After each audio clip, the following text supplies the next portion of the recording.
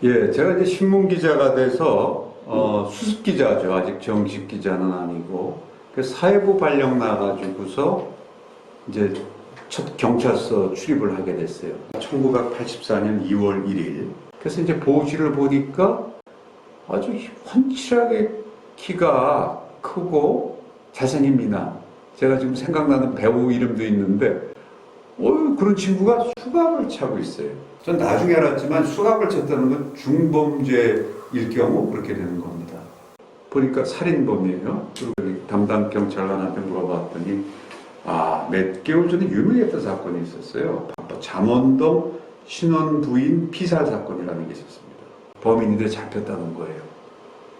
그래서 호기심이 나가지고 그게 어떤 사건이었냐면 돈 많은 집 이제 아마 그 딸인 것 같아요. 이제 결혼을 해서 있는데 혼자 있는데 들어가서 수십 차례나 난자를 해서 죽이고 뭐 다이아몬드 반지, 목걸이, 뭐 금반 이런 걸 갖고서 도망간 사건인데 범인이 도대체 안 잡히는 거예요. 이게 치정살인인지 뭔지 말이지.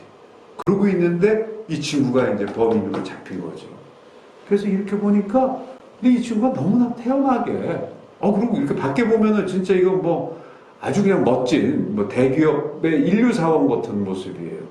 큰 기업에 그래서 근무하던 친구인데 방위병에 이제 들어온 친구예요. 당신이 그 살인 사건에 죽은 반역을 맞습니다. 그래 아주 태연하게.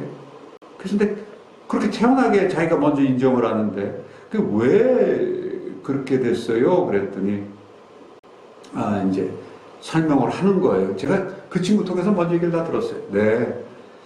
제가 방위병으로 근무하고 있는데 동료 방위병이 그 친구가 뭐 강남에서 집 좀 부자 아들인 것 같았어요. 그런데 자기가 결혼을 했는데 그 결혼 자랑을 맨날 하는 거예요. 뭐 부인도 뭐 미스 코리아 같다. 그 다음에 그 집에서 혼숙감을 갖고 왔는데 뭐 다이아몬드 반지에 뭐가 있다.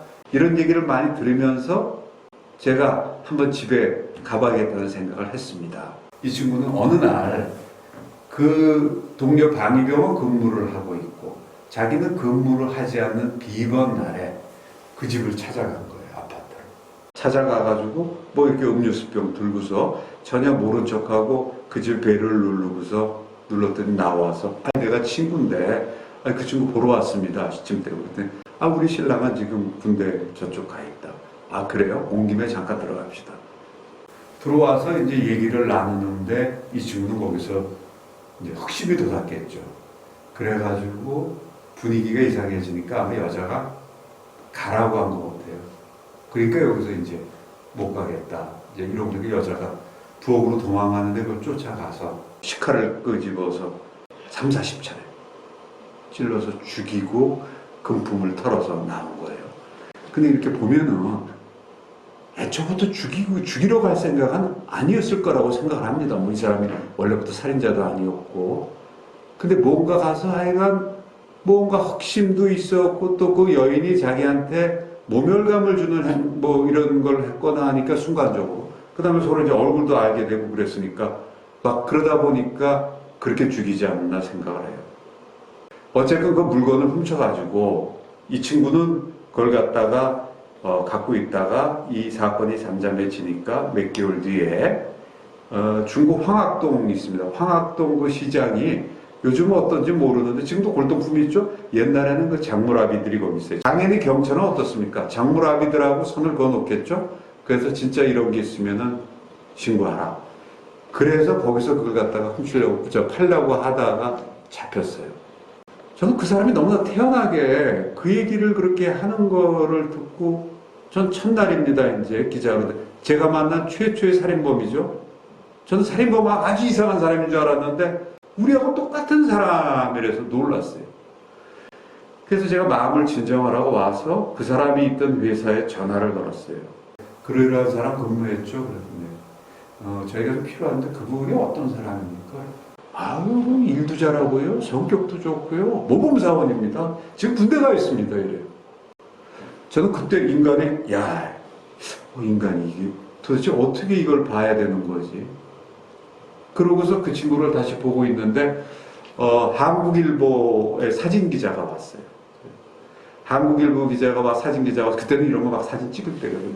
사진 찍을 때니까 포즈를 취해달라고 하니까 이 친구가 마치 개선장군 같이 수갑찬 손을 들으면서 씩 웃으면서 포즈를 취해주는데 야, 그 얼굴은 진짜 악마의 얼굴이야.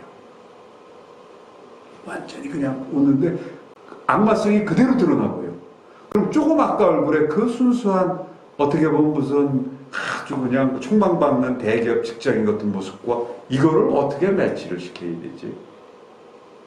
아, 혼돈스러웠어요. 그 사람은 결국 구속되고 구의 것은 모릅니다.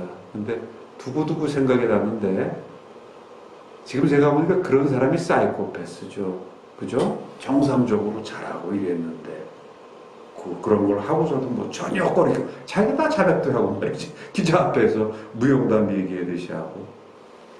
근데 전 그 친구의 과거 뭔가 있었을 거예요.